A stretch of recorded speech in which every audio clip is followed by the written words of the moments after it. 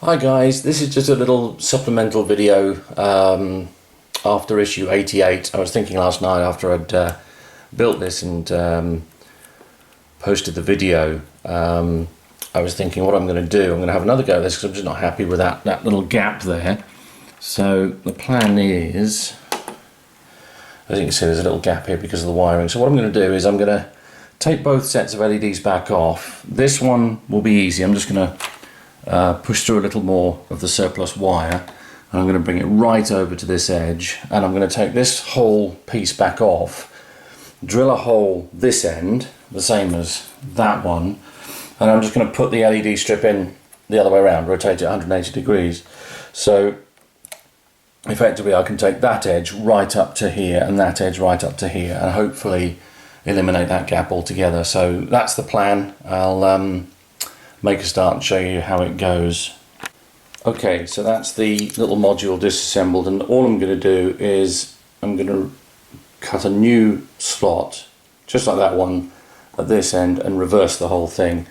I think the cable's long enough. I might just put a secondary slot this side just to save an extra centimetre on the cable length, but it should be as simple as that. Just put a hole at the other end, reverse the whole thing. I've already moved this one right up to the edge, which should already look quite a bit better.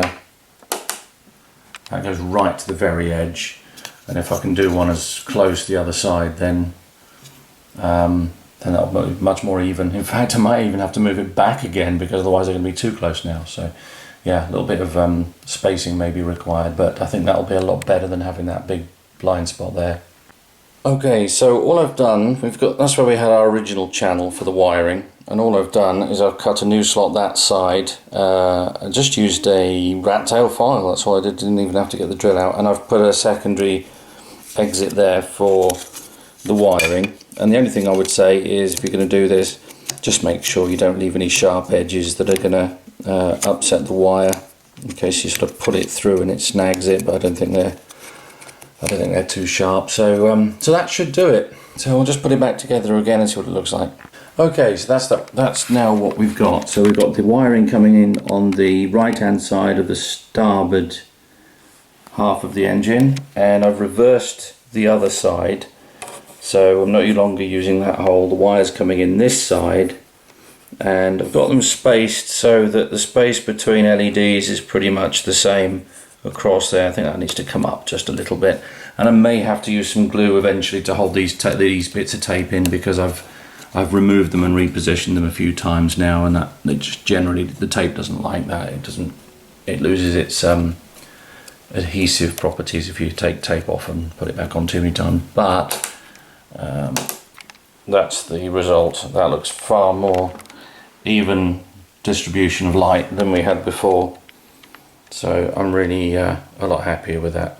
So there we go. It's actually a real quick fix, 10 minutes, that's all it took. Just take this half back off. Now if you can do this before, if you can see this bit before you actually get to assemble it, then you'll have a better version than mine, because you can do this first, straight away without having to do it and then redo it. So on the port half of the engine, just drill a little channel the other side, or just file a little channel the other side for the cable, and just do it in reverse, so it's a reverse a mirror image, and then that way all the wiring's at the outside, and there's no obvious gap in terms of light distribution in the middle. I think that's going to look an awful lot better.